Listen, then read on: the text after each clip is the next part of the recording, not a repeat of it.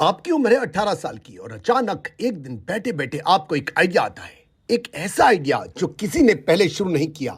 यह कोई प्रोडक्ट भी हो सकता है, कोई सर्विसेज भी हो सकती हैं। सर्विसेज के एग्जांपल हैं ओला, उबर, पेटीएम, अमेजॉन। प्रोडक्ट्स के एग्जांपल हैं जैसे टेस्ला, बैजूस। आपको बताया था आपकी उम्र 18 साल और आपको लगता है अगर ये काम शुरू किया तो इससे लोगों की ये प्रॉब्लम सॉल्व हो जाएगी, और अगर प्रॉब्लम सॉल्व होगी तो मुझे भी फायदा होगा, मेरा बिजनेस चल पड़ेगा। और क्योंकि ये आपका आइडिया होता है इसलिए आपको फाउंडर कहा जाएगा। और इस समय सारी इक्विटी आपके इस स्टार्टअप की आपके पास है 100%। इसको हम कहते हैं स्टेज 1। अब इसके बाद आपको लगता है कि मुझे अपने साथ एक दो दोस्तों को मिलाना चाहिए। एक अकेला और दो 11 हो जाएंगे। अकेला सब कुछ करना बहुत पेनफुल होता है, बहुत मुश्किलें आती हैं, समय ज्यादा लगेगा। अब आप अपने दोस्तों से बात करते हो और उनमें से एक दोस्त को यह आपका आइडिया बहुत पसंद आता है और आपके साथ जुड़ने को मान जाता है। यह स्टेज 2 है। अब यहां आपको और आपके दोस्त को कहा जाएगा को फाउंडर्स। और यूजुअली आप लोग अपने स्टार्टअप का नामकरण करते हो और हिस्सा बांट लेते हो 50-50 और डिसाइड करते हो कि दोनों के दोनों 50-50 हजार लगाएंगे। ये कम ज्यादा भी हो सकता है। ये ध्यान रखना, आप यहाँ पर कोई जगह किराए पर नहीं लेते हो। अपने घर, अपने गराज से ही शुरू करते हो। अभी कोई एम्प्लॉय भी नहीं रखते हो क्योंकि आपको पता है कि आपके फेल होने के चांसेस बहुत ज्यादा हैं। इस स्टेज पर करीब 98% स्टार्टअप्स फेल हो जाते हैं। क्या कारण है उनके फेल होने का, इस पर अलग से वीडियो दे रहा हूं आपको जल्दी से। 98% स्टार्टअप के फेल होने से कोई फर्क नहीं पड़ता। पूरे वर्ल्ड में यही एवरेज है या इससे खराब ही है। चिंता नको। पूरे वर्ल्ड में आपसे पूछता हूं, पूरे वर्ल्ड में बिजनेसमैन ही कितने हैं? सिर्फ 3-4% ही तो हैं। अगर सभी बिजनेसमैन बन गए तो जॉब्स कौन करेगा? और अगर नौकरी कोई नहीं करेगा तो बिजनेसमैन खुद कैसे चलाएंगे? स्टॉक मार्केट में भी ज्यादा से ज्यादा 5% लोग ही सफल होते हैं। अगर 100% सफल होंगे तो नुकसान किसको होगा? और अगर नुकसान किसी को ना हुआ तो फायदा भी किसी को नहीं होगा। ध्यान से सोचोगे तो समझ में आ जाएगा कि 98% स्टार्टअप्स का फेल होना बनता ही है और इसमें डिस्करेज होने की जरूरत नहीं। यह व्यापार की हकीकत है। बिजनेस, नौकरियां, स्टॉक मार्केट इसी लॉ ऑफ एवरेजेस से चलती हैं।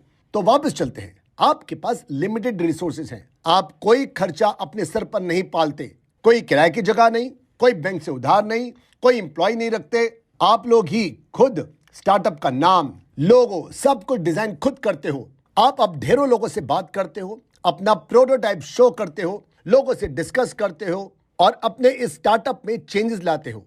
डिस्कस करते हो, चेंजेस लाते हो, बार बार, कई बार, ताकि आपका आइडिया एक सही इकोसिस्टम में हो जाए, विन विन हो, सबको फायदा हो। और जब सबको फायदा हो तो आपको भी फायदा हो। अब धीरे धीरे आपका काम सीरियस हो जाता है। आपको यह काम हकीकत में बदलता दिखाई देता है। अब आपको फंड्स चाहिए। यहां आता है स्टेज नंबर 3। अब आपका काम थोड़ा थोड़ा चल पड़ा है। आपको मुनाफा दिख रहा है, ग्राहक माल मांग रहे हैं, कंपटीशन कम है। लेकिन अगर पैसा मिल जाए तो काम तेजी से चल पड़ेगा। लेकिन कौन देगा आपको फंड्स? बैंक इस स्टेज पर देगा नहीं। एनबीएफसी से लोगे तो आपको कुछ ना कुछ गिरवी रखना पड़ेगा और ब्याज ही मार जाएगा। स्टेज नंबर 3 में आप ये आइडिया डिस्कस करते हो अपने दोस्तों से, अंकल से, रिश्तेदारों से। सबने ना ना ना किया। लेकिन मान लीजिए आपके एक अंकल ने 1 लाख रुपए दिए 5% की हिस्सेदारी के लिए। ऐसा करते ही आपके स्टार्टअप की वैल्यूएशन हो गई 20 लाख। भाई साहब सी बात है, 1 लाख का 5% तो 100% हुआ 20 लाख का। यहां से आपकी स्टोरी तेजी पकड़ती है। लेकिन ख्याल रखिए कि हर बार अपना हिस्सा देने से आपकी हिस्सेदारी कम हो जाती है। अब आप दोनों डिसाइड करते हो कि कुछ हिस्सा हम अपने भविष्य में आने वाले एम्प्लॉइज को भी देंगे। इसको ऑप्शन पूल कहते हैं। कई स्टार्टअप्स अपने एम्प्लॉइज को क्विट करने से रोकने के लिए अपने स्टार्टअप में हिस्सेदारी देते हैं और ये अच्छा कदम है। सब कुछ मैं रखूं, ये सब मेरा है, ऐसा सोचने वाला कभी बिजनेस को नए लेवल पे नहीं लेके आ सकता। थोड़ा सा खाओ, थोड़ा सा बांटो। मान लीजिए 20% आपने ऑप्शन पूल में रखा है तो अब आपका हिस्सा रह गया दोनों का 37.5%। कई लोग यहां सोचते हैं हम अपना घर गिरवी रख देंगे मगर अपना हिस्सा नहीं बेचेंगे। यह गलत होगा। बैंक को कुछ भी गिरवी रखवाना गलत है। ब्याज पर इस समय पैसा लेना गलत है। बैंक से पैसा लोगे तो आपको नफा हो, नुकसान हो, बैंक को सिर्फ अपने ब्याज से मतलब है जो वो लेके रहेगा। हिस्सेदारी दोगे तो आपका पार्टनर आपके फायदे में भी आपका हिस्सेदार होगा, आपके नुकसान में भी वो पूरा हिस्सेदार होगा। दूसरा, आपके स्टार्टअप के डूबने पर बैंक आपसे पैसे लेके रहेगा और आपका गिरवी रखा हुआ घर बेच खाएगा। मगर स्टार्टअप के हिस्सेदार आपसे अपने पैसे का हिस्सा कभी मांग नहीं सकता। तो आपके लिए शेयर देना बेहतर है उधार लेने से, और दूसरों के लिए भी बेहतर है आपको पैसा देना। वो क्यों?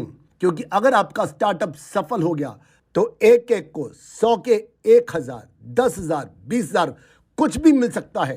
पागलों वाला मुनाफा होता है स्टार्टअप में इन्वेस्ट करने से। तो ये खुशखबरी है आपके लिए कि अगर आपके स्टार्टअप आइडिया में दम है तो पैसा तो घर में, दोस्तों में, अंकलों से ही मिल जाएगा। इसको बूटस्ट्रैपिंग कहते हैं। अब आपकी कंपनी बढ़ना चाहती है, एक नए लेवल पर आप दोनों उसे लेके जाना चाहते हो। अब आपको एक छोटा सा ऑफिस लेना है या को वर्किंग स्पेस लेना है, कुछ एक एम्प्लॉइज भी रखने हैं, अपनी ऐप तैयार करनी है, वेबसाइट चाहिए, लैपटॉप, मोबाइल्स चाहिए, ऑफिस स्टेशनरी चाहिए, गवर्नमेंट के सारे कंप्लायंसेस कंप्लीट करने हैं, लीगल फॉर्मेलिटीज पूरी करनी है, आपको पैसा चाहिए। और हाँ, सबसे ज्यादा तो आपको चाहिए होगा मार्केटिंग के लिए पैसा। चाहे सोशल मीडिया पर मार्केटिंग करनी हो, गूगल एड से करनी हो, फेसबुक से करनी हो, या चाहे ट्रेडिशनल सोर्सेज से ऐड करना हो, होर्डिंग लगा के न्यूज़पेपर से करना हो, टीवी से करना हो, ग्राहक तो चाहिए ही चाहिए। और हर तरह की कैंपेनिंग में पैसा तो लगता ही लगता है।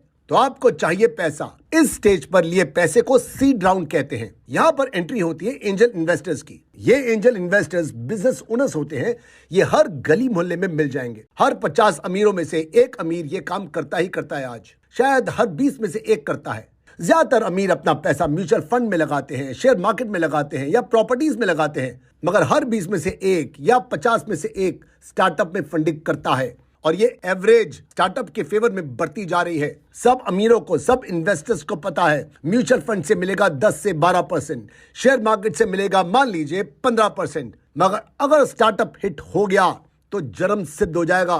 10 लाख लगाया 10 करोड़ हो सकता है, 1 अरब 10 अरब हो सकता है। अब मान लीजिए इस फोर्थ स्टेज में आप सब मिलके इस एंजल इन्वेस्टर को 16.7% शेयर देते हो 20 लाख के बदले में। तो जल्दी से कैलकुलेट करके बताइए आपके स्टार्टअप की वैल्यूएशन जो 20 लाख थी पिछले स्टेज में, जब आपने अंकल से 1 लाख लिया था और 5% शेयर दिया था, तो अब आपके स्टार्टअप की क्या वैल्यूएशन हो गई? निकालो कैलकुलेटर और करो।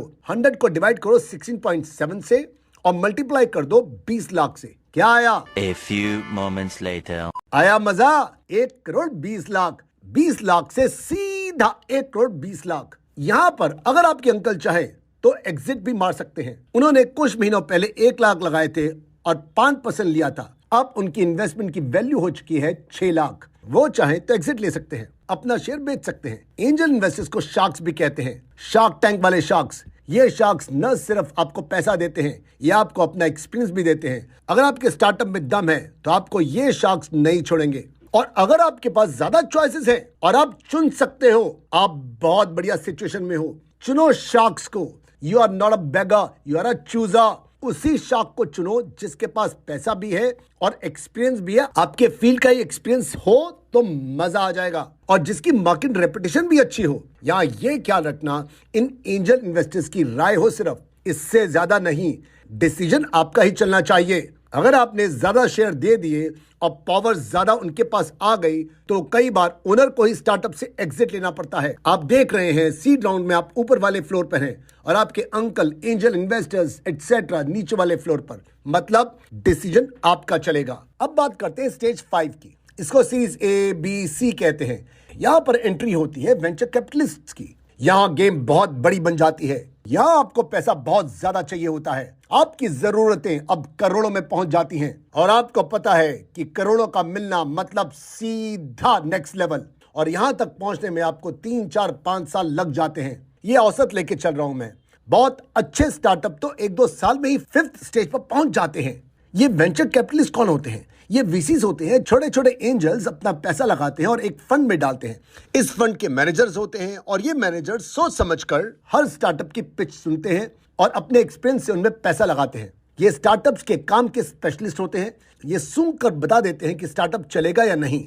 तो यहां पर कुछ एक इन्वेस्टर्स का विश्वास ज्यादा होता है बजाय खुद पैसा लगाने के। अगर आप ध्यान दें तो बिल्कुल ऐसा ही होता है म्यूचुअल फंड्स में। वहां भी आपकी कमाई के चांसेस और जगहों से ज्यादा होते हैं और ऐसा ही होता है वीसी एजेंसीज में। आज हर बड़े शहर में वीसी एजेंसीज हैं।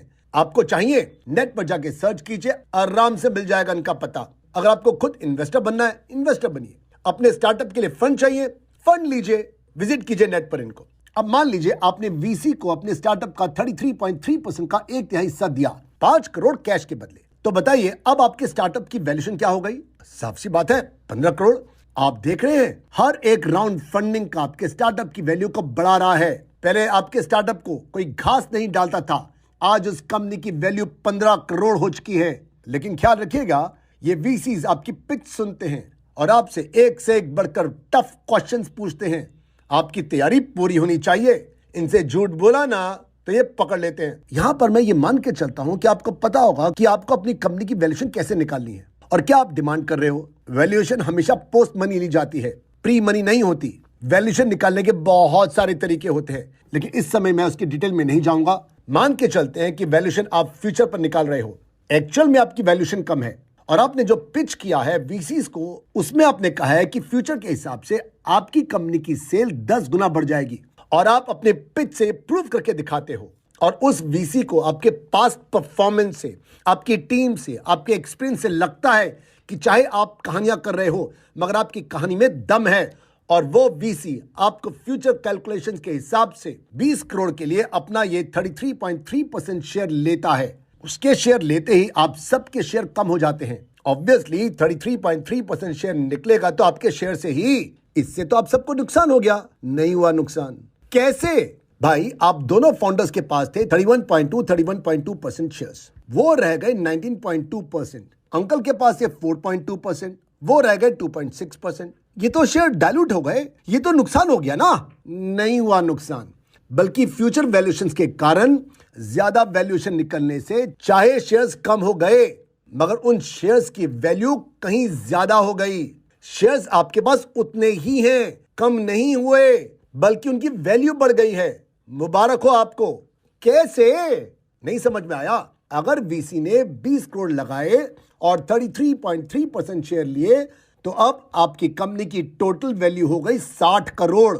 और अब इस 60 करोड़ के हिसाब से निकालिए अपने शेयर की वैल्यू। मुबारक हो, आप सब करोड़पति बन चुके हो। अब स्टेज 5 में यानी वीसीज के साथ आपको कई बारी फंडिंग मिलती है और इसको series A, series B, series C, D, E, F कहते हैं। और ये चलता जाता है। इन्वेस्टर्स आते रहते हैं, निकलते रहते हैं, बिल्कुल शेयर मार्केट की तरह ये चलता जाता है। और आखिरी पड़ाव आता है स्टेज 6 यानी कि आईपीओ का निकालना, अपने स्टार्टअप को एक बहुत बड़े लेवल पर लेके जाना। इसके लिए अब आप डिसाइड करते हो कि कितने शेयर्स को आपने पब्लिक को ऑफर करना है, किस वैल्यूएशन पर ऑफर करना है। यहां से आपका स्टार्टअप तेजी से उड़ान भरता है और ये स्टेज 6 बहुत लोग कहते हैं आखिरी पड़ाव होता है। मेरे ख्याल से तो ये आखिरी पड़ाव नहीं है, ये तो शुरुआत है।